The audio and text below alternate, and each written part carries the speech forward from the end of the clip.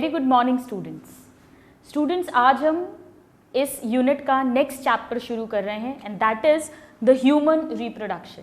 Now it's going to be a very interesting chapter, बहुत important chapter भी है. Direct questions आते हैं, कुछ न्यूमेरिकल बेस्ड क्वेश्चंस भी आते हैं.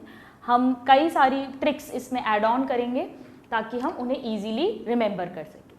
सो आइए सबसे पहले हम समझते हैं कि इस ह्यूमन रिप्रोडक्शन के पूरे प्रोसेस में बेसिकली क्या क्या स्टेप्स होते हैं और फिर उस एक एक स्टेप को हम डिटेल में अंडरस्टैंड करेंगे. So first let's see the steps और we can say the stages in human reproduction. What are the various steps that takes place? Students, हम पढ़ चुके हैं, हम जानते हैं कि humans जो हैं वो यूनिसेक्सुअल ऑर्गेनिजम्स हैं. This we know, we are unisexual. और हमारे अंदर सेक्सुअल डायमॉर्फिज्म शो होता है, यानी आप मॉर्फोलॉजिकली यानी बाहर से ऊपर से देखकर ही पहचान सकते हैं कि कौन मेल है कौन female. So, we are unisexual and we exhibit sexual dimorphism. That means male and female human can be identified just by the physical appearance. This we know. तो ये दो कॉमन से पॉइंट थे जो हम ऑलरेडी जानते हैं, बट क्योंकि इन पे क्वेश्चन आता है इसलिए मैंने इसको दोबारा मेंशन कर दिया. आइए अब हम शुरू करते हैं. ह्यूमन रिप्रोडक्शन कहाँ से शुरू होता है? We know that we reproduce sexually. That means सबसे पहले क्या होगा? गैमीट फॉर्मेशन होगा. और गैमीट फॉर्मेशन जो है वो कौन से डिवीजन से होगा? मियोसिस से. हम लास्ट क्लास में पढ़ चुके हैं. ताकि दोनों गैमीट्स हैप्लॉइड हो, ताकि जब उनका फर्टिलाइजेशन हो तो डिप्लॉइड नंबर ऑफ क्रोमोसोम्स जो हैं वो उस स्पीशीज के मेंटेन हो सके. जैसा कि हमारे केस में 46 क्रोमोसोम्स होते हैं एक सेल में.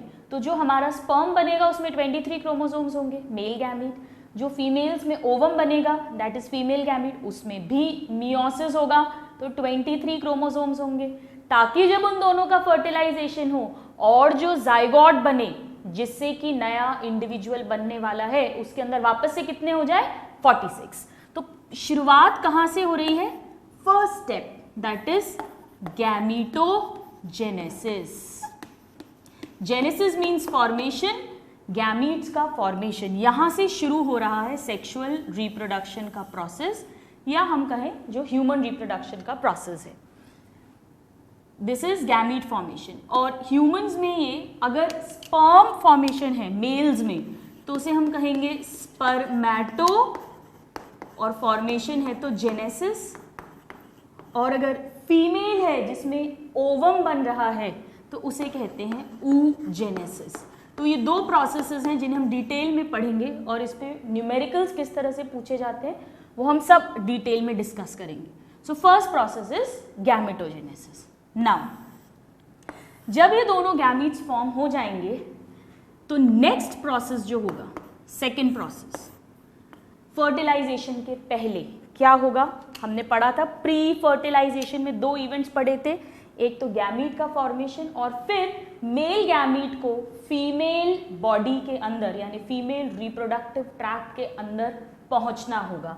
That is called insemination. So the next process is insemination. And what is insemination? Semen का याद रखने का तरीका, सीमन जिसमें स्पर्म्स हैं हम पढ़ेंगे, वो फीमेल बॉडी के अंदर पहुंचाना, फीमेल रिप्रोडक्टिव ट्रैक्ट के अंदर पहुंचना. So insemination is equal to the, we can say, transfer of sperms into female reproductive tract.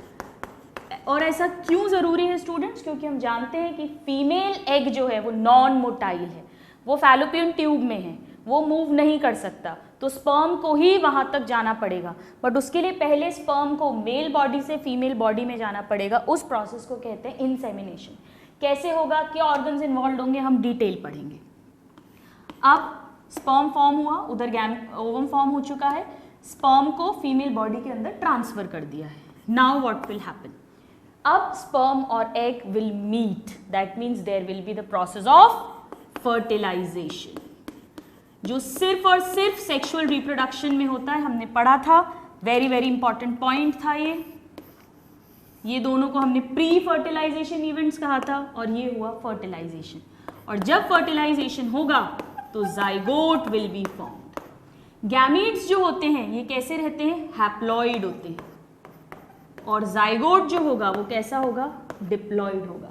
So there will be zygote formation, और ये जाइगोट जो है विल डेवलप इनटू एम्ब्रियो, इसी से बनेगा एम्ब्रियो। एम्ब्रियो बनने के प्रोसेस में सबसे पहले बनेगा, हम डिटेल में पढ़ेंगे कैसे एम्ब्रियो बनता है, यानी एम्ब्रियोजेनेसिस। जाइगोट तो सिंगल सेल है, उससे कैसे 2 सेल, 4 सेल, 8 सेल, कैसे माइटोटिक डिवीजन, स्पेशल टाइप के माइटोटिक डिविजन्स होंगे और एम्ब्रियो फॉर्म होगा। उसके बाद फॉर्म होगा ब्लास्टोसिस्ट। ये क्या है हम बाद में पढ़ेंगे। सो फॉर्मेशन ऑफ ब्लास्टोसिस्ट,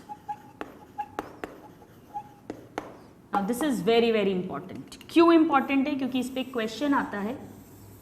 ये जो ब्लास्टोसिस्ट होता है स्टूडेंट्स, ये फर्टिलाइजेशन तो फैलोपियन ट्यूब में होता है, हम पढ़ेंगे। वहां से फिर जाइगोट मल्टीप्लाई करना शुरू करता है, उसके सेल्स बढ़ते जाते हैं, एम्ब्रियो फॉर्म होके वो यूट्रस के अंदर आता है, और जब वो ब्लास्टोसिस्ट स्टेज में होता है तब वो यूट्रस, जिसे हम नॉर्मल भाषा में मदर की वूम्ब या कोख कहते हैं, बच्चेदानी कहते हैं, उसमें जाके धंस जाता है, यानी इम्प्लांट हो जाता है। अगर इम्प्लांट नहीं हुआ तो एबॉर्शन हो जाएगा। इम्प्लांट होना ज़रूरी है, तभी प्लेसेंटा बनेगा और तभी वो आगे बेबी का डेवलपमेंट होगा। सो ब्लास्टोसिस्ट फॉर्मेशन के बाद ये ब्लास्टोसिस्ट यूट्रस की वॉल के अंदर जाकर धंस जाएगा, जिसे कहते हैं इम्प्लांटेशन।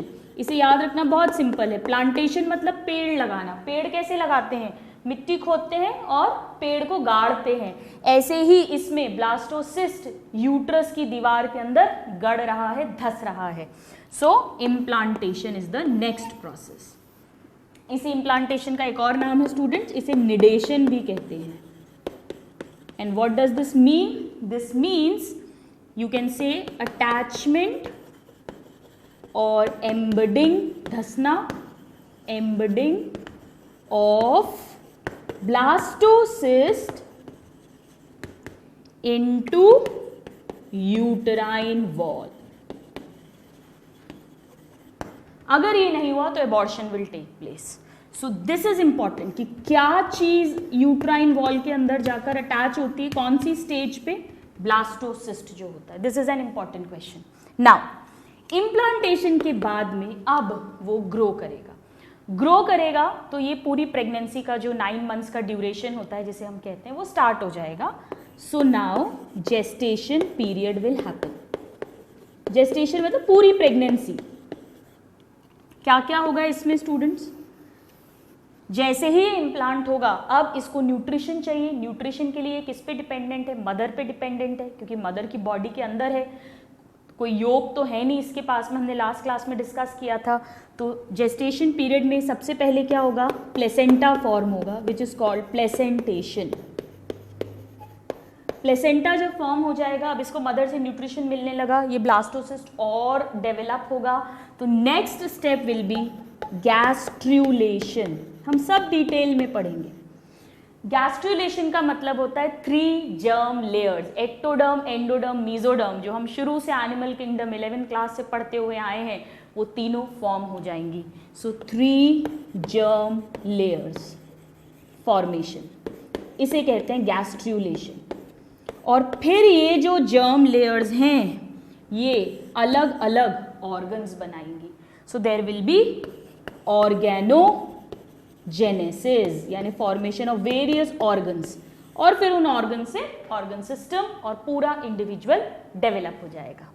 अगर हम ह्यूमन बीइंग्स की बात करें स्टूडेंट्स, तो ये जो जेस्टेशन पीरियड है, यानी पूरी प्रेगनेंसी है, ये होती है, ये क्वेश्चन पूछा जाता है, ये होती है स्टूडेंट्स 280 डेज की।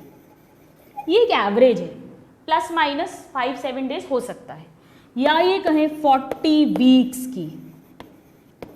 या ये कहें 9 महीने और 7 दिन की, 9 months and 7 days। कुछ बुक्स 9 month and 10 days भी लिखती हैं, पर जब आप MBBS में जाएंगे तो आप पढ़ेंगे कि ये 9 months 7 days होता है। So it is either 280 days या 9 महीने 7 दिन या 40 weeks. This is the gestation period in human. अलग अलग एनिमल्स का अलग अलग जेस्टेशन पीरियड होता है, मतलब जिसके दौरान वो फीटस, वो बेबी अंदर ग्रो करता है, फुली मेच्योर होता है, और मेच्योर होने के बाद में वो तैयार है अब बर्थ लेने के लिए। तो जो बर्थ लेने का प्रोसेस है उसे कहते हैं parturition. So the next step is parturition। Parturition का सिंपल सा मतलब है बच्चे की डिलीवरी होना, child delivery. So this is child delivery. और कब डिलीवरी होगी? जब वो पूरा फुली मेच्योर हो जाएगा normally, otherwise pre mature deliveries भी होती हैं। पार्च्यूरेशन के बाद में डायरेक्टली इन्वॉल्व प्रोसेस तो नहीं है, बट साथ में अब मदर में मिल्क का सिक्रीशन होगा, मदर के मैमरी ग्लैंड्स में, बिकॉज ह्यूमंस आर मैमल्स, ताकि जो बेबी बॉर्न हो रहा है, चाइल्ड बॉर्न हो रहा है, उसको फीड कराया जा सके। So that last process which we will deal is the lactation, and lactation means milk production. Milk production in the mammary glands, that is in the breast, ताकि बेबी को nutrition मिल सके। सो ये वेरियस प्रोसेसेस हैं जिनको हम 1 by 1 detail में पढ़ेंगे। इसमें से स्टूडेंट्स जो ये सारे प्रोसेसेस हैं, इन्हें जो कंट्रोल करते हैं, ये क्या कंट्रोल कर रहा है? This is under control of, एक तो पिट्यूटरी से जो हॉर्मोन्स निकलेंगे जैसे FSH, LH, प्रोलैक्टिन हार्मोन हमने पढ़ा था, मिल्क प्रोडक्शन के लिए रिस्पॉन्सिबल होता है 11th में, हार्मोनल एंडोक्राइन सिस्टम अगर आपको याद हो। पिट्यूटरी से ऑक्सीटोसिन निकल रहा था जो चाइल्ड बर्थ डिलीवरी के लिए रिस्पॉन्सिबल था, और मिल्क के इजेक्शन के लिए, जो निपल से मिल्क बाहर निकल रहा है उसके लिए रिस्पॉन्सिबल था। सो पिट्यूटरी हार्मोन्स रिस्पॉन्सिबल हैं, एंड गोनाड्स से जो हार्मोन निकल रहे हैं, दैट मीन्स ईस्ट्रोजन, टेस्टोस्टेरॉन, इन सबके कंट्रोल में ये सारे प्रोसेसेस हो रहे हैं। So this is a brief overview कि ह्यूमन रिप्रोडक्शन में हम क्या क्या पढ़ेंगे। हम दोनों टाइप के गैमीट्स का फॉर्मेशन पढ़ेंगे, इंसेमिनेशन कैसे होता है, फर्टिलाइजेशन कैसे होता है, कैसे ब्लास्टोसिस्ट बनता है, वो कैसे इम्प्लांट करता है, फिर कैसे प्लेसेंटा फॉर्म होता है, कैसे तीनों जर्म लेयर्स फॉर्म होती हैं, किस किस जर्म लेयर से कौन कौन से ऑर्गन्स फॉर्म होते हैं, चाइल्ड डिलीवरी में एग्जैक्टली क्या प्रोसेसेस होते हैं, और लैक्टेशन कैसे होता है, everything will read in detail. Now इसे अंडरस्टैंड करने के लिए बहुत ज़रूरी है कि हम मेल और फीमेल रिप्रोडक्टिव सिस्टम के स्ट्रक्चर को समझें, तभी हम उसके फंक्शंस को अच्छे से समझ सकते हैं। तो आज हम शुरू करेंगे students male reproductive system. So let's begin with the mail reproductive system now. Male reproductive system in human।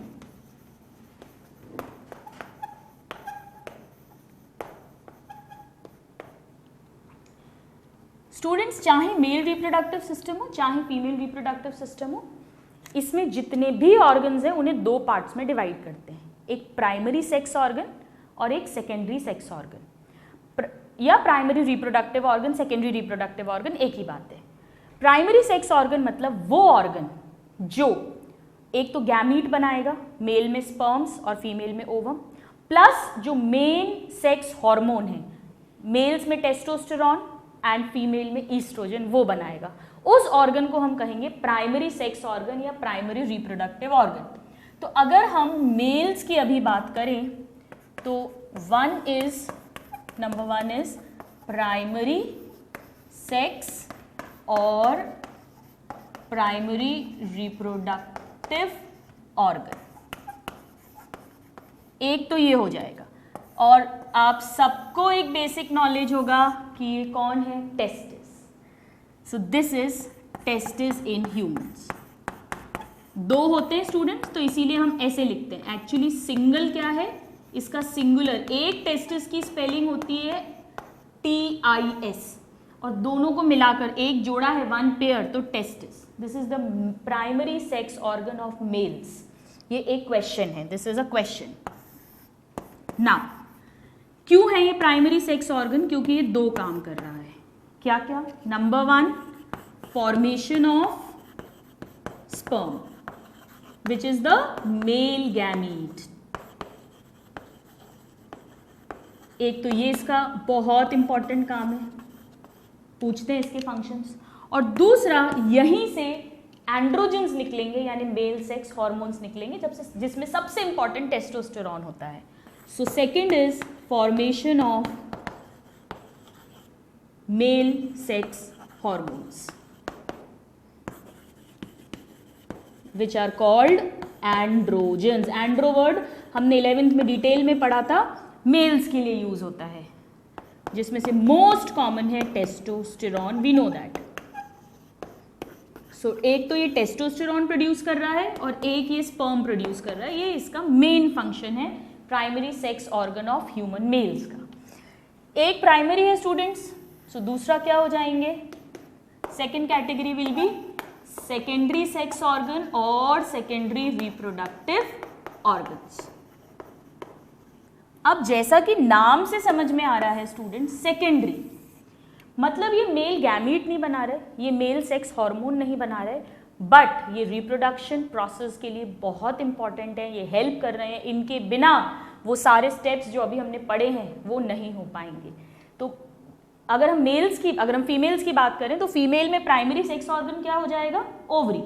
और सेकेंडरी क्या हो जाएंगे? बाकी बचे हुए फैलोपियन ट्यूब, यूट्रस, वजाइना, आप सबको एक बेसिक आइडिया है। मेल्स में जो सेकेंडरी सेक्स ऑर्गन्स हैं उनको हम कन्वीनियंस के लिए फिर डिवाइड कर सकते हैं into 3 categories.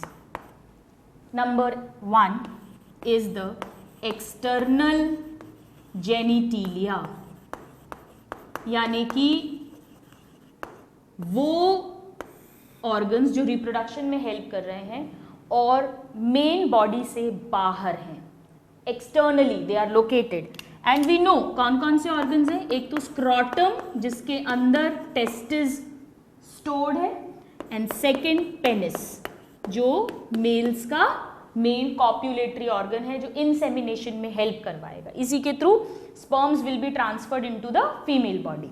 So these are the 2 external genitalia of males. Now second जो है कैटेगरी वो है मेल जेनाइटल डक्ट्स की। मेल जेनाइटल डक्ट्स, जैसा कि आपको नाम से समझ में आ रहा है स्टूडेंट्स, डक्ट्स मतलब स्पर्म प्रोड्यूस तो होगा टेस्टिस में, पर टेस्टिस से लेकर जो डक्ट्स इसको फाइनली पेनिस के थ्रू बाहर निकलवाएंगी, जो लास्ट ओपनिंग है यूरेथ्रल ओपनिंग, हम जानते हैं, हमने पढ़ा है कि फीमेल्स में यूरेथ्रा से सिर्फ यूरिन पास होती है और वजाइना एक सेपरेट ओपनिंग है, जबकि मेल्स में जो यूरेथ्रा है वो हमने पढ़ा था वहाँ से सीमन भी रिलीज होता है जिसके अंदर स्पर्म्स है और वहाँ से यूरिन भी रिलीज होता है। तो टेस्टिस में तो स्पर्म प्रोड्यूस हो रहे हैं और फाइनली यूरेथ्रा के थ्रू, लास्ट ओपनिंग के थ्रू वो बाहर आ रहे हैं। तो ये जो स्पर्म्स कैरी करने वाली जितनी भी डक्ट्स हैं, हम पढ़ेंगे कौन कौन से, हम उसके लिए बहुत इंटरेस्टिंग ट्रिक भी बनाएंगे। ये जो डक्ट्स का सिस्टम है इन्हें कहते हैं मेल जेनाइटल डक्ट्स। क्या क्या आएंगे इसके अंदर? इसमें आएंगी students, number 1 is the we can say let's write rete testis. ये तो टेस्टिस के अंदर होता है तो इसीलिए हम इसको नहीं लिख सकते हैं, हम पढ़ेंगे। सो क्या क्या हो गया? एपिडिडाइमस, पहली डक्ट, टेस्टिस से निकल के स्पर्म्स जहां पर जाते हैं, ये कुछ देर स्पर्म्स को स्टोर करती है, वी विल रीड, और उनको मैच्योरिटी प्रोवाइड करती है। यहां से फिर वासा डिफरेंस, फिर नेक्स्ट डक्ट है इजैक्यूलेटरी डक्ट। अभी जब हम डायग्राम बनाएंगे आपको सब क्लियर हो जाएगा। इजैक्यूलेटरी डक्ट के बाद में यूरेथ्रा, मेल यूरेथ्रा, ये सारे डक्ट्स हैं जिनके थ्रू फाइनली स्पर्म्स जो हैं वो सीमन के साथ बॉडी से बाहर रिमूव हो जाएंगे। So epididymis, vasa deferens, ejaculatory duct and finally urethra. ये चारों डक्ट्स हैं जिनमें स्पर्म कैरी होकर आ रहे हैं, प्रोडक्शन टेस्टिस में हो रहा है। Now the third category students, कुछ ऐसे रिप्रोडक्टिव ऑर्गन्स हैं जो ग्लैंड्स की तरह फंक्शन कर रहे हैं। So we can write accessory reproductive glands. और ग्लैंड्स का मतलब क्या होता है स्टूडेंट्स, कि यहां से कोई ना कोई प्रोड्यूस हो रहा है, कोई सब्सटेंस, कुछ सिक्रीशंस प्रोड्यूस हो रहे हैं। So these are the glands. Now there are 3 types of glands, main 3 types of glands. What are they? Number 1, seminal vesicle. Seminal vesicle, ये एक जोड़ी होते हैं, यानी 1 pair. We can write in bracket 2. Then there is a prostate gland जो single होता है, 1 in number. And then there is Cowper's gland, ये भी 2 होते हैं, या इनका एक और नाम है स्टूडेंट्स, इन्हें बल्बो यूरेथ्रल ग्लैंड भी कहते हैं। सो दैट मीन्स स्पर्म्स जो टेस्टिस में स्टोर हो रहे हैं, स्पर्म्स जो टेस्टिस में प्रोड्यूस हो रहे हैं, वो इन डक्ट्स के through, epididymis, vasa difference, ejaculatory duct and finally urethra की लास्ट ओपनिंग के थ्रू बॉडी से बाहर निकलेंगे into the female genital tract. इसमें मदद करेगा पेनिस, क्योंकि पेनिस ही वो ऑर्गन है जो female reproductive tract, female vagina के अंदर इंसर्ट करेगा। स्क्रॉटम ये भी बॉडी के बाहर है और इसी के अंदर टेस्टिस स्टोर्ड रहते हैं। और ये 3 gland, seminal vesicle 1 pair, single prostate gland and 1 pair of Cowper's gland और बल्बोयूरेथ्रल ग्लैंड, ये तीनों कुछ सिक्रीशंस प्रोड्यूस करेंगे जो स्पर्म के साथ मिलकर सीमन बनाते हैं और वो बॉडी से बाहर निकलता है। क्यों ये सिक्रीशंस इंपॉर्टेंट हैं, ये क्या रोल प्ले करते हैं, वो हम 1 बाय 1 पढ़ेंगे। तो आप इस चार्ट को अच्छे से ड्रॉ करिए, ये it is a very basic of male reproductive system and then we will talk about each part 1 by 1. Please note it down. So students, now we'll begin with each part 1 by 1. पहले हम सब parts को समझेंगे with diagrams. हम बहुत easy trick से learn करेंगे इसका डायग्राम बनाना, बिकॉज थोड़ा डिफिकल्ट लगता है स्टूडेंट्स को बनाने में, तो मैं आपको बहुत ईजी तरीके से कोशिश करूंगी बताने की. और फिर जब ये समझ आ जाएगा तब हम देखेंगे कि स्पर्म्स एक्चुअली कैसे फॉर्म होते हैं. That is how spermatogenesis happens. So let's start with the first, that is primary sex organ of human males, that is testis.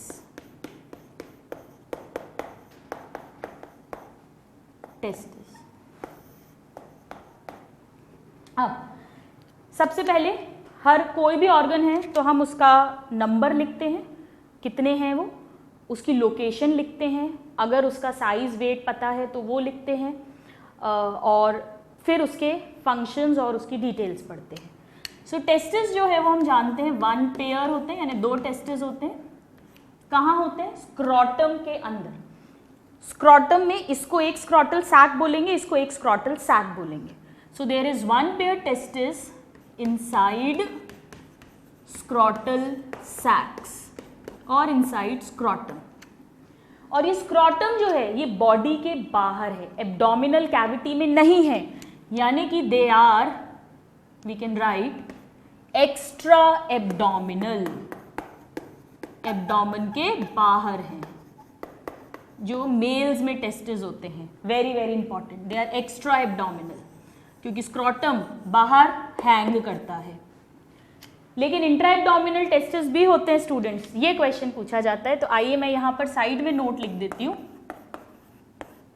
Intra abdominal testis किन में मिलते हैं, ये क्वेश्चन है इंपॉर्टेंट. एलिफेंट्स में जो टेस्टिस हैं वो एब्डोमेन के अंदर होते हैं. So elephants, then whales, dolphins यानी जो एक्वाटिक मैमल्स हैं, सील्स, और जो एग लेइंग मैमल्स हैं जिन्हें हमने इकिडना एंड प्लैटिपस पढ़ा है, दैट मीन्स ओवीपैरस मैमल्स. इन सब के जो टेस्टिस हैं वो एब्डोमेन के अंदर हैं. सो दिस इज इंपॉर्टेंट, जिसमें से एलिफेंट और व्हेल पे पर्टिकुलरली कई बार क्वेश्चन आया हुआ है. नाउ द पॉइंट इज कि ये जो टेस्टिस हैं ये ओवरी की तरह एब्डोमेन के अंदर क्यों नहीं है, ये क्यों बाहर है बॉडी के, क्यों स्क्रॉटम में लटक रहे हैं बाहर ये? क्योंकि स्टूडेंट्स जो स्क्रॉटम है बॉडी के बाहर उसका जो टेम्परेचर है वो हमारे ह्यूमन बॉडी टेम्परेचर से 2 to 2.5 डिग्री सेल्सियस कम होता है, जो कि स्पर्म फॉर्मेशन के लिए रिक्वायर्ड है। अगर किसी कारण से ये टेस्टिस स्क्रॉटम में नहीं पहुंचे, एब्डोमेन के अंदर रह गए, तो हाई टेम्परेचर के कारण 2 से 2.5 डिग्री जो हाई टेम्परेचर है उसके कारण से स्पर्म फॉर्मेशन नहीं होगा and that male will not be able to reproduce, वो रिप्रोडक्शन नहीं कर पाएगा, वो स्टेराइल हो जाएगा। सो स्क्रॉटम के अंदर एक्स्ट्रा एब्डोमिनल क्यों है ये? Why they are extra abdominal? Because inside scrotum temperature is, ये क्वेश्चन बहुत बार पूछा गया है, 2 to 2.5 degree Celsius lower than body temperature. इसीलिए स्टूडेंट्स कई मेल्स जो कोयले की खान या जो गर्म भट्टी है ऐसी जगहों पे काम करते हैं जहाँ गर्मी बहुत ज़्यादा होती है, उनमें भी स्पर्म काउंट उनका रिड्यूस हो जाता है या स्पर्म क्वालिटी रिड्यूस हो जाती है, क्योंकि उनका जो टेम्परेचर है स्क्रॉटम के अंदर का वो बढ़ जाता है। सो एनीवेज जो क्वेश्चन आता है वो एक तो ये आता है कि स्क्रॉटम में कितने डिग्री टेम्परेचर कम है, 2 to 2.5 डिग्री, और वो लोअर है, हायर नहीं है। ये दोनों पॉइंट्स पे क्वेश्चन आता है। लेकिन जो टेस्टिस फॉर्म हुए हैं एम्ब्रियो में वो एब्डोमेन के अंदर ही फॉर्म हुए हैं और 7 मंथ ऑफ प्रेगनेंसी में वो स्क्रॉटम के अंदर नीचे खिसक जाते हैं, डिसेंड कर जाते हैं। अदरवाइज जब वो डेवलप हुए थे तो वो एब्डोमेन के अंदर ही हुए थे। ओवरीज भी एब्डोमेन के अंदर डेवलप हुई थी और एब्डोमेन के अंदर ही रहती हैं, but testis descends into scrotum क्योंकि स्पर्म फॉर्मेशन के लिए हमें थोड़ा सा 2 to 2.5 डिग्री सेल्सियस टेम्परेचर कम चाहिए। So we can write that testis form कहाँ हुए हैं? They are formed inside abdominal cavity, inside abdominal cavity जब एम्ब्रियोनिक लाइफ की हम बात कर रहे हैं, एंड डिसेंड यानी नीचे आ जाना, descend into scrotum during 7th month of pregnancy. ये क्वेश्चन पूछा जाता है। सो 7th मंथ ऑफ प्रेगनेंसी कहिए या 7th मंथ ऑफ जेस्टेशन कहिए, इस समय पर ये स्क्रॉटम में आ जाते हैं और इसके पहले स्क्रॉटम बंद तो जाता है पर वो खाली रहता है, वो पाउच जो है वो खाली रहता है। सो this is an important question student. 7th month of pregnancy में इनका डिसेंट होता है और फॉर्मेशन जो है इनका वो इनसाइड एब्डोमिनल कैविटी ही होता है। नाउ अगर हम ह्यूमन टेस्टिस के कुछ और पॉइंट्स पे बात करें तो ये अराउंड 5 to 2.5 सेंटीमीटर्स साइज होता है इनका, यानी 5 सेंटीमीटर की लंबाई होती है, 2.5 सेंटीमीटर का ब्रेथ होता है। ओवल शेप होते हैं, अंडाकार, they are oval shape, light pink colour के होते हैं, light pink in colour. Alright, now try to understand. मैं एक छोटा सा डायग्राम यहाँ बना रही हूँ। जैसे सपोज ये एक स्क्रॉटम है, एक साइड का ये सैक है और ये दूसरी साइड का सैक है। नाउ नॉर्मली जो लेफ्ट वाला टेस्टिस होता है वो राइट वाले टेस्टिस के कंपैरिजन में थोड़ा सा नीचे होता है। ये टेस्टिस बना दिया हमने, ये और ये। Now this is the scrotum sac, these are the scrotal sac जो एब्डोमेन के बाहर हैं और इनके अंदर लॉज्ड है टेस्टिस। यानी स्क्रॉटल सैक क्या है? They are pouches which lodges the testis. Now ये जो टेस्टिस है ये इस स्क्रॉटम से अटैच रहता है फाइब्रस बैंड के थ्रू, ताकि ये उसमें हिले डुले नहीं, उसकी पोजीशन स्टेबल रहे। तो ये वो बैंड हमने बनाया, मानिए ये जो बैंड होता है फाइब्रस टिश्यू का बैंड, जिसके थ्रू टेस्टिस का लोअर एंड स्क्रॉटम की दीवार से फिक्स रहता है, इसे कहते हैं गुबरनैक्यूलम, ये डायरेक्ट क्वेश्चन पूछा जाता है students. So we can write here that what is gubernaculum. ये अगला क्वेश्चन है students. It is a fibrous band, fibrous tissue है, टफ टिश्यू है, fibrous band connecting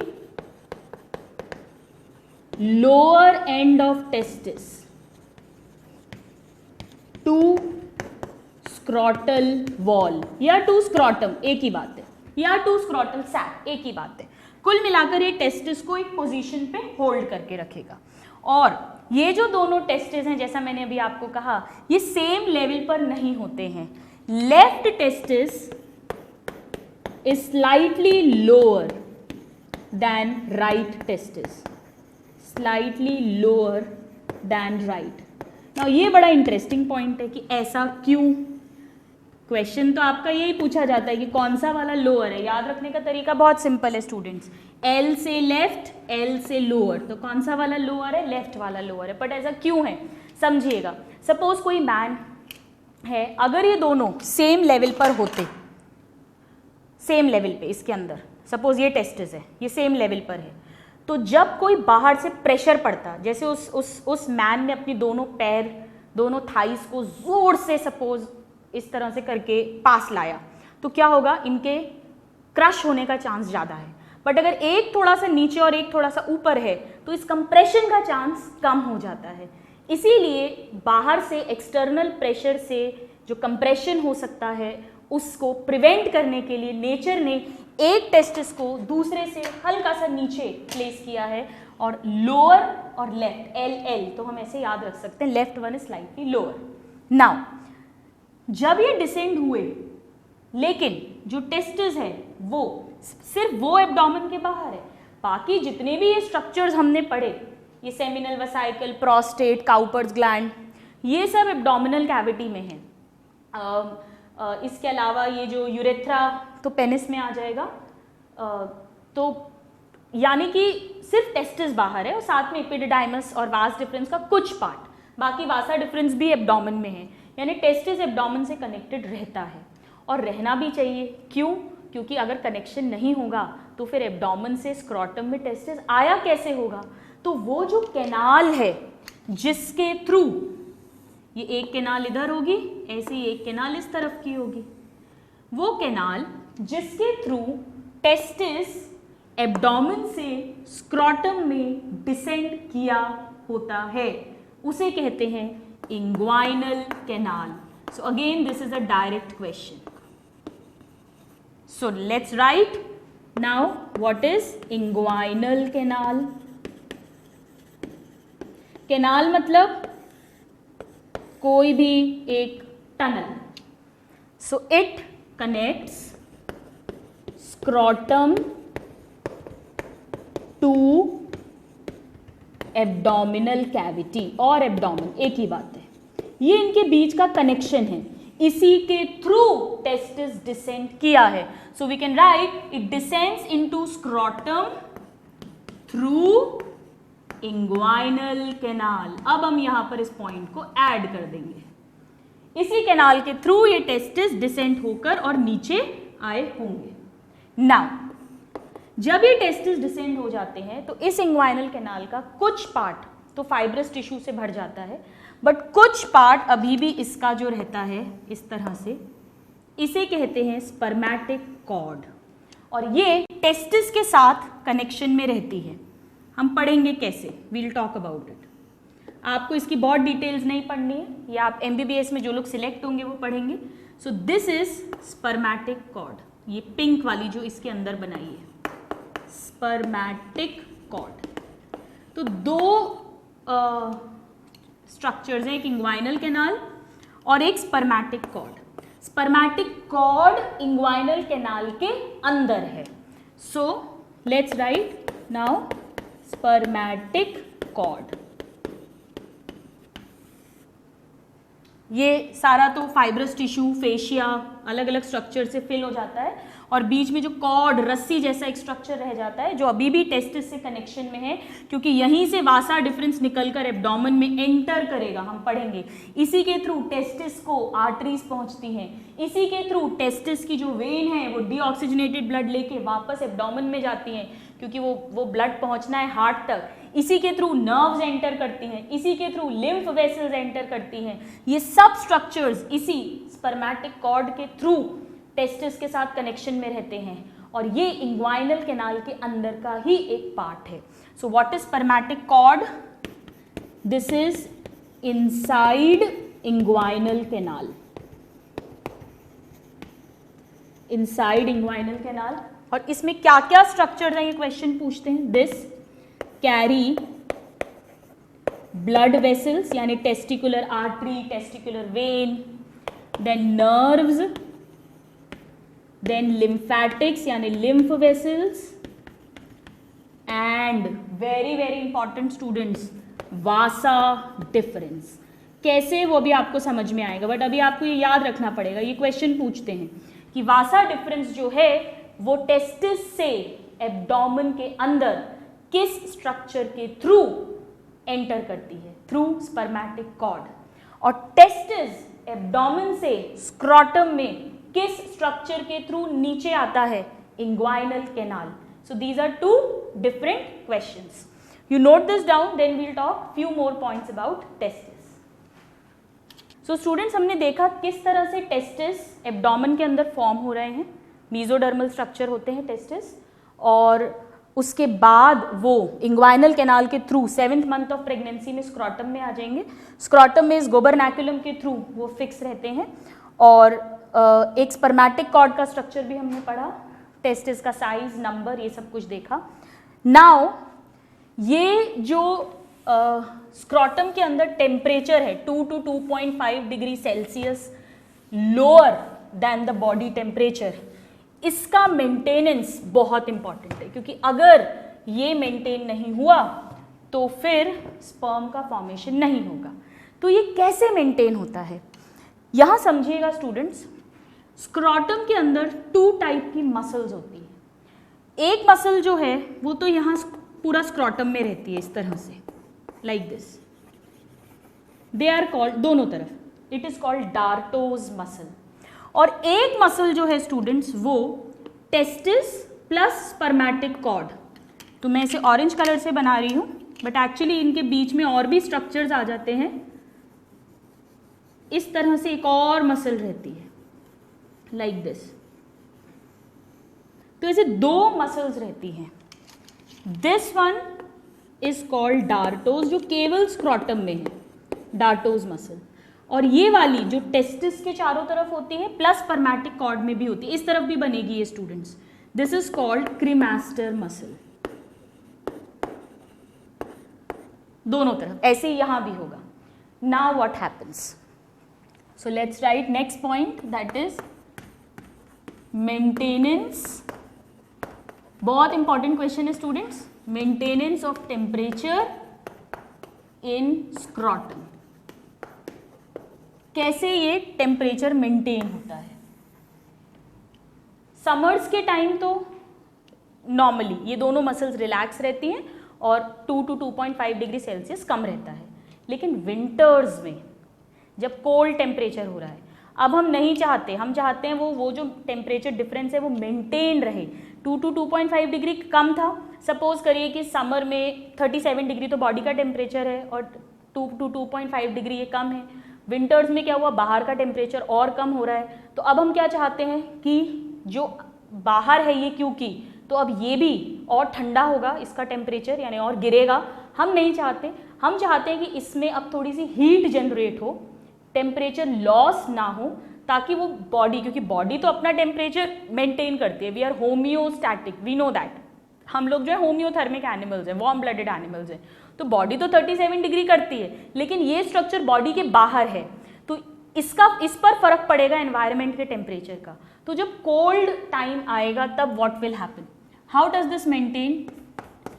bye dartos and cremaster muscle.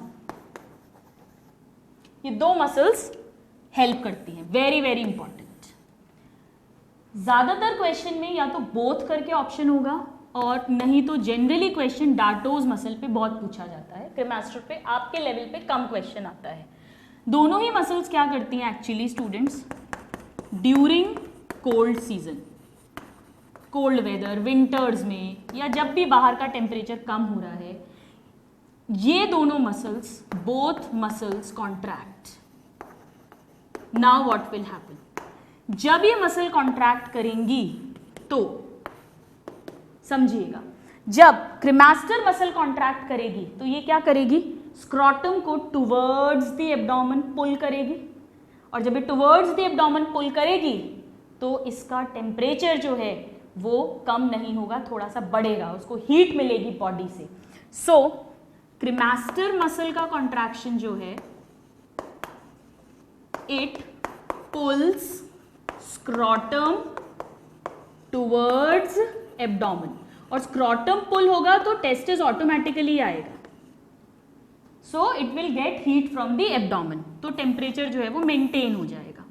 और जब ये स्क्रॉटम को पुल करेगा तो स्क्रॉटम की जो स्किन है वो रिंकल्स पड़ेंगे उसमें, और उसमें जब रिंकल्स पड़ेंगे तो उस स्किन का जो सरफेस एरिया है वो कम हो जाएगा, और सरफेस एरिया कम हो जाएगा तो जो हीट का लॉस है वो भी कम हो जाएगा, तो हीट वहाँ पर बनी रहेगी, यानी ठंड का असर इस पर नहीं आएगा। प्लस जो डार्टोज मसल है वो भी कॉन्ट्रैक्ट जब करती है तो वो भी स्क्रॉटम की स्किन को रिंकलिंग कर देगी, जिसके कारण सेम यही इफेक्ट आएगा। सो डार्टोज मसल का जब कॉन्ट्रैक्शन होगा तो क्या होगा, रिंकलिंग ऑफ स्क्रॉटल स्किन, और जब स्किन की रिंकलिंग होगी then there will be decreased heat dissipation,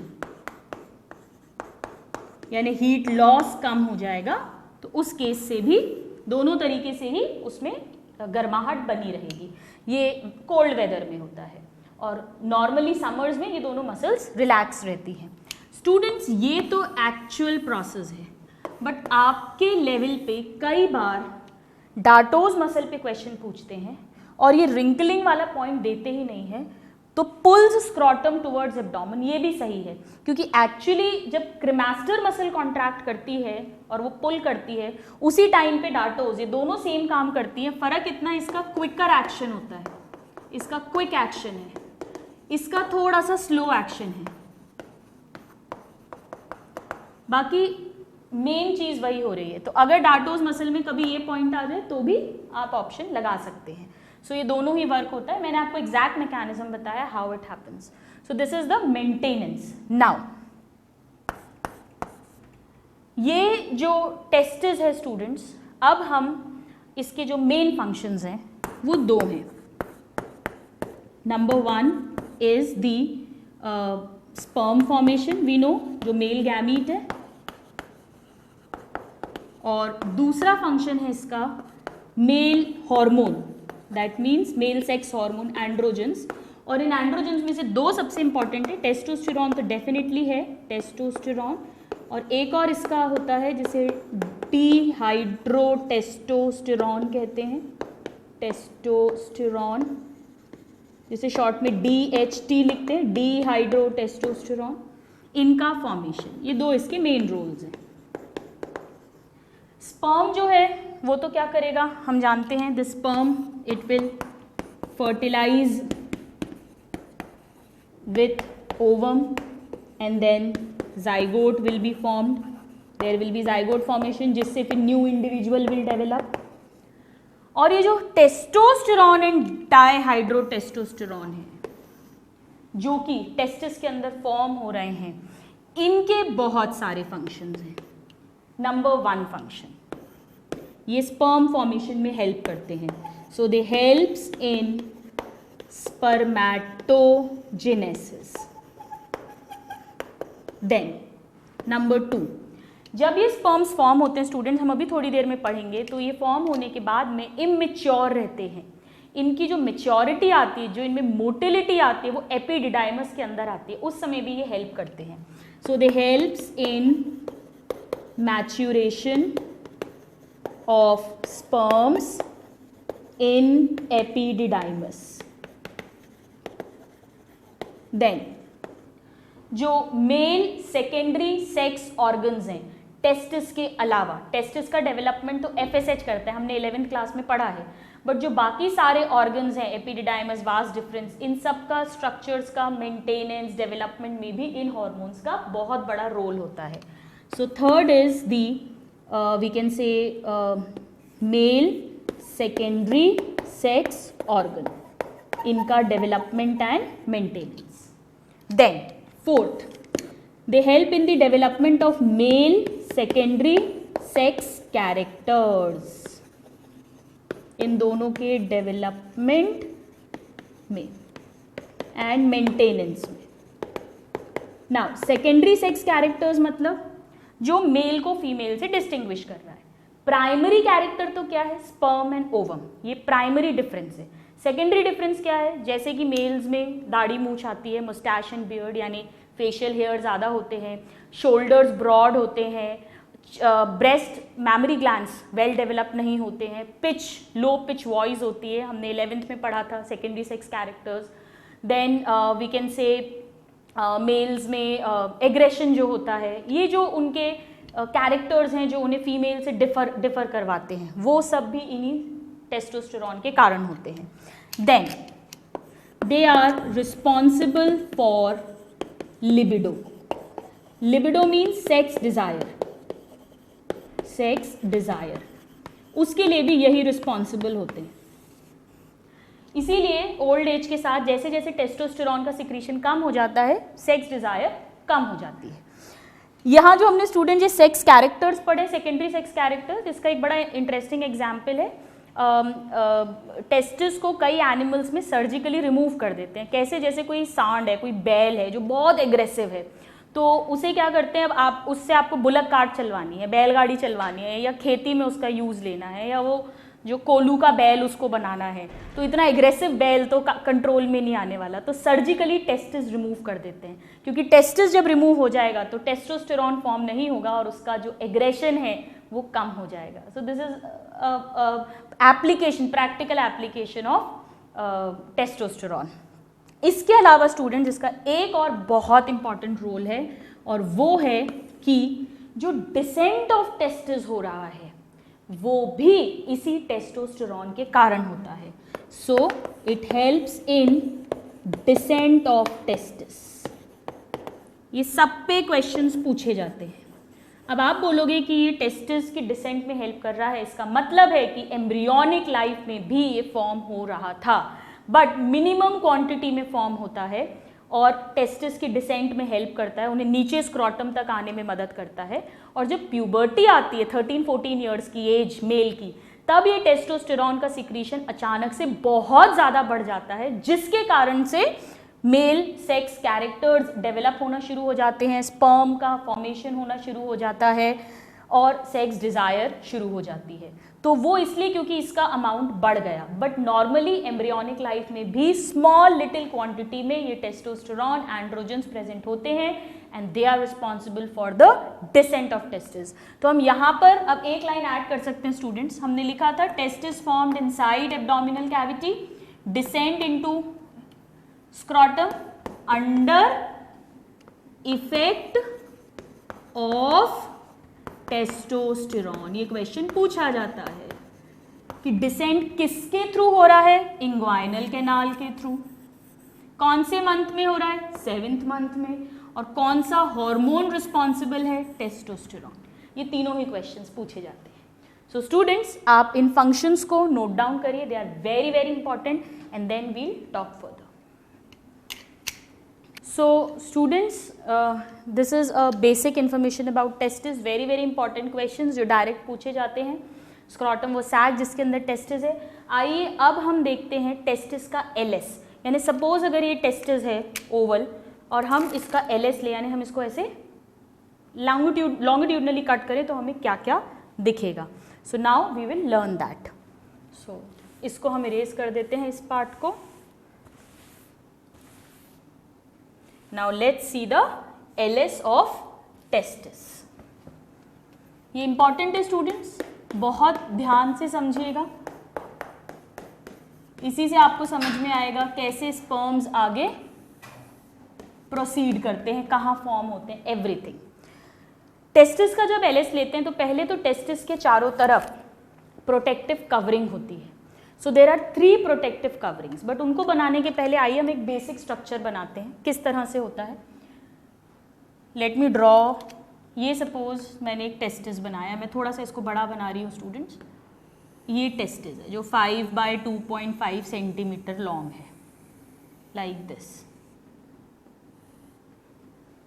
पूरा ओवल होता है, बट ये पीछे का पोस्टीरियर पार्ट है, इसलिए अभी मैंने इसको नहीं कंप्लीट किया है।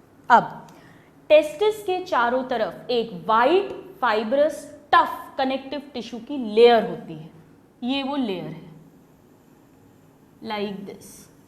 ये पूरे टेस्टिस को सराउंड करती है, पूरा चारों तरफ टेस्टिस से चिपकी हुई है, इसको प्रोटेक्शन प्रोवाइड कर रही है white fibrous tough connective tissue की layer. Let us suppose this is the layer, इसके बीच में कोई गैप नहीं है स्टूडेंट्स, लाइक दिस।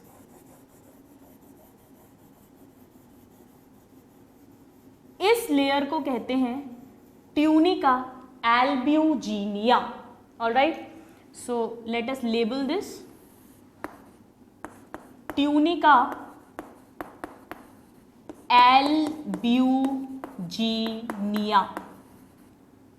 और ये किसकी बनी हुई है? वाइट फाइब्रस, यानी टफ है, ये कोलेजन फाइबर्स होंगे खूब सारे, अब हम जानते हैं कनेक्टिव टिश्यू की। तो इसका फंक्शन क्या हो जाएगा, यही लिख देते हैं कि ये प्रोटेक्टिव है। कहाँ है ये? दिस इज सराउंड्स टेस्टिस, यानी टेस्टिस के चारों तरफ है, जस्ट चिपकी हुई उससे।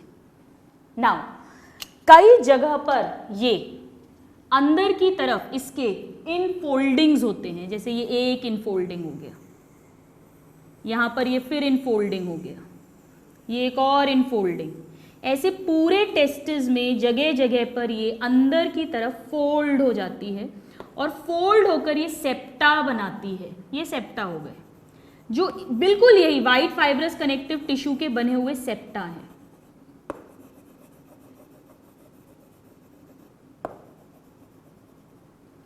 ऑलराइट, सो ये जो ट्यूनिका एल्ब्यूजिनिया है, इसके इनवैजिनेशन होता है इनटू टेस्टिस,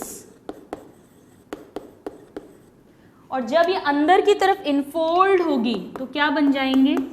टेस्टिक्यूलर सेप्टा। और इन सेप्टा के बनने के कारण जो टेस्टिस है वो छोटे छोटे डिविजन्स में डिवाइड हो जाएगा। अराउंड 200 to 250 डिविजन्स बनते हैं, हर डिवीजन को हम कहते हैं टेस्टिक्यूलर लोब्यूल। तो इन टेस्टिक्यूलर, ये जो टेस्टिक्यूलर सेप्टा हैं, दे divide the testis into testicular lobule, और एक टेस्टिस में ये करीब 200 से 250 होते हैं। This is an important question, कितने टेस्टिक्यूलर लोब्यूल होते हैं इन वन टेस्टिस? 2 टेस्टिस में पूछेंगे तो इसको मल्टीप्लाई बाय 2 कर देंगे। So they divide the testis.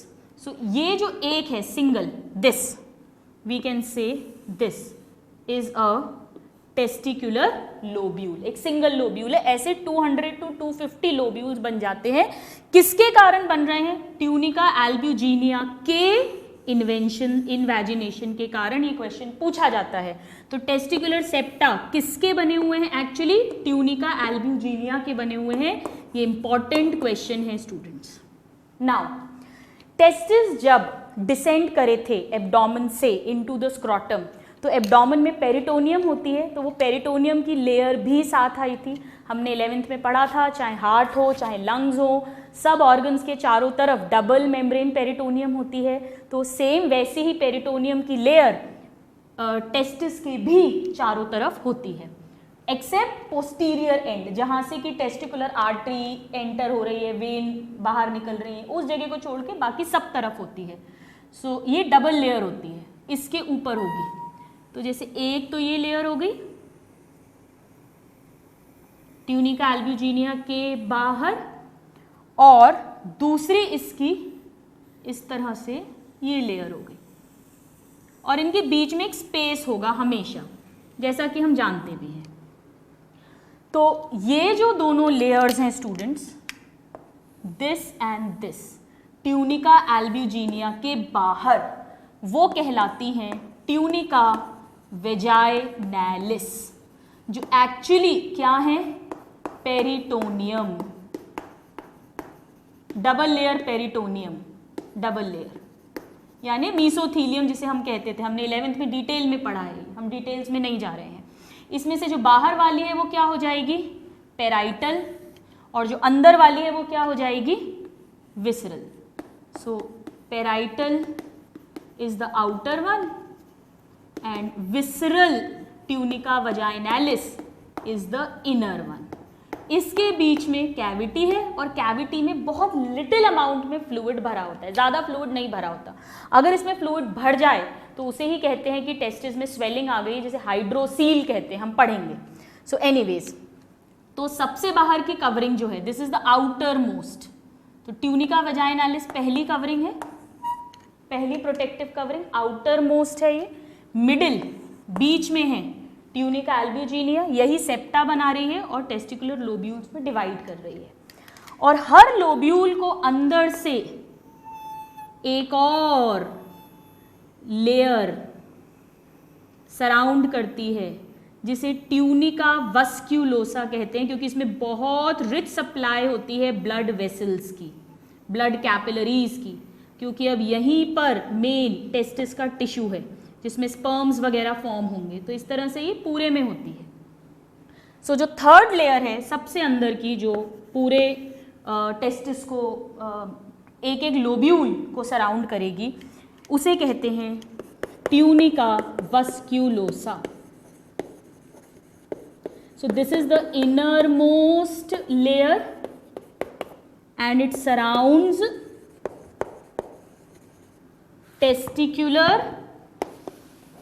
lobules, all the testicular lobules. So 3 layers हो गई, tunica vaginalis, this is the outermost protective covering, then बीच में ट्यूनिका एल्ब्यूजिनिया जो मेन कवरिंग है वाइट फाइब्रस कनेक्टिव टिश्यू की, and tunica vasculosa, और जैसे कि नाम से समझ में आ रहा है स्टूडेंट्स, ये क्या है, it is a rich bed of capillaries, it is, we can say it is very vascular, it has lot of blood vessels, it is highly vascular, क्योंकि ब्लड सप्लाई प्रोवाइड होनी है अंदर। नाउ ये तो 3 coverings हो गई, tunica वजाइनैलिस जो कि पेरिटोनियम है डबल लेयर, ट्यूनिका एल्ब्यूजिनिया जो वाइट फाइब्रस कनेक्टिव टिश्यू है, एंड ट्यूनिका वस्क्यूलोसा जो हाईली वस्क्यूलर है। अब हर लोब्यूल के अंदर 2 to 3 कॉइल्ड स्ट्रक्चर्स होते हैं, जिन्हें सेमिनिफेरस टिब्यूल्स कहते हैं। आइए अब ध्यान से समझिएगा, हर लोब्यूल में 2 से 3, जैसे सपोज मैंने ये एक बनाया और एंड में ये स्ट्रेट हो जाते हैं, तो जैसे ये ऐसा है और ये स्ट्रेट हो गया, ऐसे ही एक और 2 to 3 है, ये स्ट्रेट हो गया, ऐसे ही यहाँ पे भी 2 से 3 होंगे, ये स्ट्रेट हो गया, एक और ड्रॉ कर लेते हैं हम, देन अगेन ये स्ट्रेट हो गया। तो ऐसे जो 200 से 250 लोब्यूल्स हैं, उन सब में 2 to 3 कॉइल्ड स्ट्रक्चर्स हैं, जिन्हें हम कहते हैं सेमिनिफेरस टिब्यूल्स। सेमिनिफेरस, इनके अंदर स्पर्म्स बनेंगे, सीमन जो आगे फॉर्म, सीमन के अंदर स्पर्म्स मिलते हैं, तो सेमिनिफेरस, फेरा मीन्स होना, seminiferous tubules. So let's label them. So these are the seminiferous tubules, और ये कितने हैं students, 2 to 3 in each lobule। Very very important question पूछा जाता है, एक लोब्यूल में 2 से 3 है, तो अगर कोई इनका एक टेस्टिस में टोटल नंबर पूछे तो कितना कह सकते हो आप? अगर 2 है मान लो और 200-250 लोब्यूल्स मान लें तो कितना हो जाएगा, 500। अगर 3 है तो 750, तो ऑलमोस्ट कितने हो सकते हैं ये, 750 to 1000 in number, total number in 1 testis. ये सब 1 टेस्टिस के लिए है। 200 to 250 है और ये 223 है, तो वही अराउंड 750. ये थोड़ा बहुत वेरी कर सकता है, it may be up to 300 also, little bit variation can be there, but exam में जो क्वेश्चन पूछा जाता है उसके लिए यही फिगर्स आपको पूछे जाते हैं. अब इसका जो ये स्ट्रेट वाला पार्ट है, ये इस स्ट्रेट पार्ट को कहते हैं टिब्यूलाई रेक्टाई. टिब्यूली रेक्टाई या tubuli recti. What is this? This is straightened portion और पार्ट ऑफ सेमिनिफेरस टिब्यूल. इसका स्ट्रेट पार्ट है और वैसे ये कैसी होती है? It is a coiled structure. इसी के अंदर स्पर्म्स फॉर्म होते हैं स्टूडेंट्स, अभी हम पढ़ेंगे थोड़ी देर में. नाउ ये जो स्पर्म्स यहाँ पे फॉर्म होंगे और फिर ये सारी जो टेस्टिकुलर ये टिब्यूलाई रेक्टाई हैं, ये आपस में ज्वाइन करती हैं और ये ज्वाइन करके एक जाल जैसा बनाती हैं, लाइक दिस. अभी हमने इतने से पोर्शन में बनाया, बट एक्चुअली पूरे सारे के सारे मिलकर एक जाल बनाएंगे इस तरह से. ये सब इसमें आकर खुल जाएंगे इस एक पोर्शन में. इस एरिया को कहते हैं जिसमें ये सारी टिब्यूलाई रेक्टाई ओपन हो रही हैं, यानी सेमिनिफेरस टिब्यूल्स ओपन हो रहे हैं, इन्हें कहते हैं रेटे टेस्टिस. तो स्पर्म्स कहाँ आ जाएंगे? रेटे टेस्टिस में. रेटे टेस्टिस. अब ये जो रेटे टेस्टिस है, यहां से छोटी छोटी 12 से 15 डक्ट्स निकलेंगी, छोटी छोटी. तो हम यहाँ इनको इस तरह से रब कर देते हैं, यहीं से कंटिन्यू हो रही हैं. ये सब डक्ट सिस्टम है, लाइक दिस.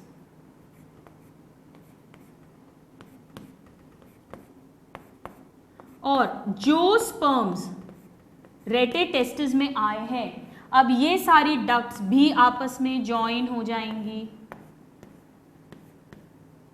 और ये आपस में ज्वाइन होके बनाएंगी ये जो डक्ट्स हैं, छोटी छोटी सी जो डक्ट्स हैं. इस एक एक डक्ट को कहते हैं, मैं यहाँ लिख देती हूँ, इस एक एक डक्ट को कहते हैं वासा इफरेंशिया. आप ऐसे याद रख सकते हो कि ये टेस्टिस से बाहर निकल रही हैं. सो ई से इफरेंशिया, ई से एग्जिट. ये एक टेस्टिस में 12 to 15 है और ये किससे बनी है? रेटे टेस्टिस से बाहर निकल रही हैं. We can write that they are coming out of rete testis. Coming out of rete testis. और रेटे टेस्टिस किससे बना है? By fusion of tubuli recti. ठीक है, अभी तक ये सारे स्ट्रक्चर टेस्टिस के अंदर हैं. अब ये जो वासा इफरेंशिया हैं, ये सब मिलकर, इधर भी ऐसे ही होगा, और ये फाइनली मिलकर जिस स्ट्रक्चर में खुलेंगे वो हाईली कॉइल्ड स्ट्रक्चर है, like this.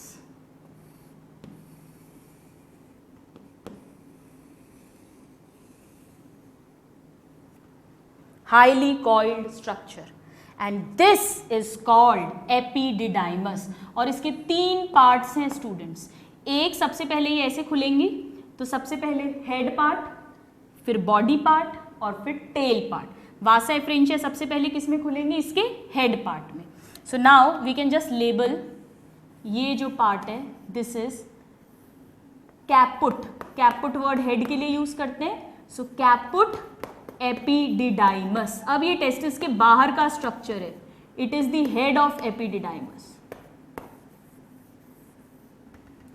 Then second part है जो बीच का पार्ट है, दिस इज कॉर्पस. मैं येलो से ही लिख देती हूं ताकि आपको क्लियर रहे.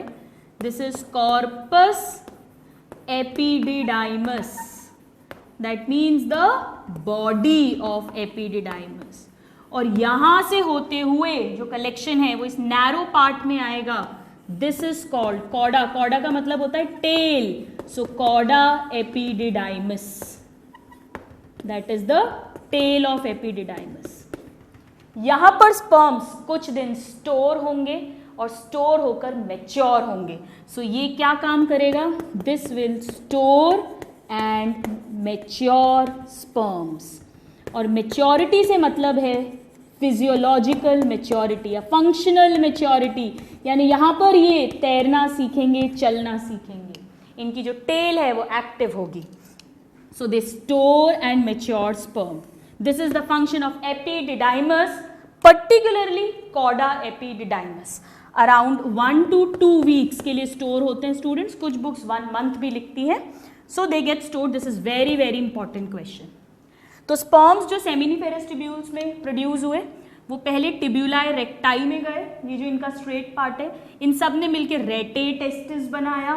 रेटे टेस्टिस से निकली वासा इफरेंशिया, और वासा इफरेंशिया एंटर हुई हेड पार्ट ऑफ एपिडिडाइमस में, वहाँ से बॉडी पार्ट, टेल पार्ट, और अब ये जो टेल पार्ट है स्टूडेंट्स, यहाँ से निकलेगी वासा डिफरेंस ऊपर की तरफ. सो this is vasa difference. Vasa difference और प्लूरल हो जाएगा वासा डिफरेंशिया. कहां से निकल रही है ये? It arise from cauda epididymis, tail of epididymis, नीचे के एंड से ये निकल रही है. और ये जो है स्टूडेंट, ये फिर वो स्पर्मेटिक कॉर्ड के थ्रू होती हुई पहुंचेगी कहां पर? एब्डोमेन में. और फिर किस तरह से ये बाकी जो ग्लैंड्स हैं उनके साथ मिलकर स्पर्म्स तो लेके जा रही है, बट बाकी ग्लैंड्स का भी सिक्रीशन लेके सीमन फॉर्म कैसे होगा और कैसे फिर वो आगे बढ़ेगा, वो अभी हम पढ़ेंगे. So this is a basic structure. So you draw this diagram and then we'll write down few important points about it. So students, ये जो सिस्टम है, सेमिनिफेरस ट्यूब्यूल्स, फिर tubuli recti, rete testis and vasa efferentia, ये चारों structures testis के अंदर हैं, तो इसे इंट्रा टेस्टिकुलर डक्ट सिस्टम कहते हैं. इसके बाद जो एपिडिडाइमस है और वासा डिफरेंस है और आगे जो भी डक्ट्स आएंगी वो सब एक्स्ट्रा टेस्टिकुलर हैं, वो टेस्टिस के बाहर का स्ट्रक्चर है. सो आइए हम ये कुछ इंपॉर्टेंट पॉइंट्स लिख लेते हैं. लेट्स जस्ट राइट देम, जिन पे इंपॉर्टेंट क्वेश्चंस भी पूछे जाते हैं. सो स्पर्म्स फॉर्म होंगे कहाँ पे? सेमिनिफेरस ट्यूब्यूल्स में. सेमिनिफेरस ट्यूब्यूल्स जो कि 2 to 3 होते हैं हर लोब्यूल के अंदर. Alright, and this is the functional unit of testis. Structural and functional unit of testis. ये क्वेश्चन पूछा जाता है. दिस इज इंपॉर्टेंट क्योंकि यहीं पर स्पर्म का फॉर्मेशन होगा. We can write here sperm formation. कैसे होगा हम पढ़ेंगे उसे बाद में. अब सेमिनिफेरस ट्यूब्यूल्स जो हैं, यहाँ से फिर जो इनका स्ट्रेट पार्ट है यानी टिब्यूली रेक्टी, टिब्यूली रेक्टी से रेटे टेस्टिस, रेटे टेस्टिस, रेटे टेस्टिस से वासा इफरेंशिया. वासा इफरेंशिया हमने अभी अभी देखा 12 to 15 होती हैं इन ईच. वासा इफरेंशिया, ये जो पूरा पार्ट है, this is called intra testicular, क्योंकि ये सब टेस्टिस के अंदर है. इंट्रा टेस्टिक्यूलर डक्ट सिस्टम, ये इंपॉर्टेंट है, पूछते हैं कौन कौन से स्ट्रक्चर टेस्टिस के अंदर हैं. वासा इफरेंशिया फिर ओपन होगा एपिडिडाइमस में, जहां पर कि स्पर्म्स स्टोर्ड होते हैं और मैच्योर होते हैं. हम पढ़ेंगे इसको डिटेल में. यहाँ से निकलेगी वासा डिफरेंस, दोनों तरफ से एक एक, ये एक साइड का है, दोनों साइड से एक एक निकलेगी. और फिर ये स्पर्मेटिक कॉर्ड के through spermatic cord this will enter into abdomen. फिर इसका क्या होगा वो हम पढ़ेंगे. Enter into abdomen. और ये कहाँ से अराइज करेगी? इसके एपिडिडाइमस के सबसे नीचे वाले पार्ट से, टेल से, कॉर्डल पार्ट से. सो this is a basic flow chart कि किस तरह से स्पर्म्स आगे की तरफ ट्रैवल कर रहे हैं, डक्ट सिस्टम कैसे आगे की तरफ जा रहा है. अगर हमें इसका एक कॉमन सा डायग्राम बनाना है तो हम कैसे बना सकते हैं स्टूडेंट्स? जैसे ये स्क्रॉटम है, ये टेस्टिस है, अब ये पीछे पोस्टीरियरली ये एपिडिडाइमस है और एपिडिडाइमस से ये निकल रही है वासा डिफरेंस डक्ट, जो स्पर्मेटिक कॉर्ड के थ्रू जा रही है एब्डोमेन के अंदर। सो यहाँ पे वो सेप्टाज होंगे, टेस्टिकुलर लोब्यूल्स होंगे इस तरह से पूरे टेस्टिस में, सेमिनिफेरस ट्यूब्यूल्स होंगे, रेटिटेस्टिस बनेगा, वासा एफ्रेंशिया बनेगा, देन एपिडिडाइमस, यानी this is testis, then this is epididymis, next structure secondary sex organ, अलग ऑर्गन है ये, then this is vasa deferens which will go into the abdomen. We will read about them. Now यहाँ पे students हम कुछ terms लिख लेते हैं जो इंपॉर्टेंट नोट्स हैं जिन पे डायरेक्ट क्वेश्चन आता है। हम नेक्स्ट क्लास में एपिडिडाइमस, वासा डिफरेंस, इनको डिटेल में डिस्कस करेंगे। नोट्स में पहला वर्ड जो हमें पता होना चाहिए that is cryptorchidism. Very very important notes, direct questions पूछे जाते हैं। क्रिप्टॉर्किडिज्म मतलब, क्रिप्ट का मतलब होता है हिडन, कोई चीज छिपी हुई हो तो उसे क्रिप्ट बोलते हैं। और ऑर्किड वर्ड जो है ये टेस्टिस के लिए यूज करते हैं। अगर टेस्टिस किसी बच्चे में स्क्रॉटम में डिसेंड ही ना हो, वो एब्डोमेन में ही रह जाएं, तो उनका टेम्परेचर हाई रहेगा, वहाँ स्पर्म फॉर्मेशन नहीं होगा, ऐसा बच्चा इनफर्टाइल होगा, स्टेराइल होगा, बेबी प्रोड्यूस नहीं कर पाएगा क्योंकि स्पर्म फॉर्मेशन नहीं होगा। So what is cryptorchism? It is failure of descent of testis into scrotum, यानी कि टेस्टिस कहां पर है? एब्डोमेन के अंदर ही है। और जब ऐसा होगा तो फेलियर ऑफ स्पर्म फॉर्मेशन, और जब स्पर्म फॉर्मेशन नहीं होगा then that person will be sterile और infertile. So this is a very very important point. Infertility का एक बहुत बड़ा कॉज है क्रिप्टॉर्किज्म। फेल हो गए, वो पहुंच ही नहीं पाए। नेक्स्ट, जब when a baby is born और जब डायग्नोज हो जाता है, it's a very simple diagnosis, scrotum के अंदर टेस्टिस है ही नहीं, तो सर्जरी के through, it's a specialize surgery जिसके थ्रू हम एब्डोमेन से टेस्टिस को स्क्रॉटल सैक तक लाते हैं, that surgery is called orchiopexy. तो ये क्वेश्चन पूछा जाता है। So what is orchiopexy? It is the descent of testis from abdomen into scrotal sac by surgery, यानी आफ्टर बर्थ ये हो रहा है, सर्जिकली हम उसे लेकर आ रहे हैं, then that surgery is called orchiopexy. Now there is one more important term students जिस पे क्वेश्चन आता है and that is monorchidism. Monorchidism, जैसा कि आप शायद नाम से समझ गए होंगे अभी तक, ऑर्किड वर्ड टेस्टिस के लिए यूज करते हैं, मोनो मीन सिंगल, यानी सिंगल टेस्टिस। ये एबनॉर्मली हो सकता है एक ही टेस्टिस डिसेंड किया हो, एक टेस्टिस ना डिसेंड किया हो, बट वो एनिमल जिसमें नेचुरली ही एक ही टेस्टिस होता है, सिंगल टेस्टिस होता है, and that is Ascaris which is a round worm. ये क्वेश्चन पूछते हैं। So monoorchidism means there is a single testis and naturally ये होता है ascaris में, which is a round worm. So this is a direct question जो पूछा जाता है, ascaris. So students, आज की क्लास में हमने बेसिकली क्या क्या पढ़ा? हमने सबसे पहले ये पढ़ा कि ह्यूमन रिप्रोडक्शन के क्या क्या स्टेप्स हैं।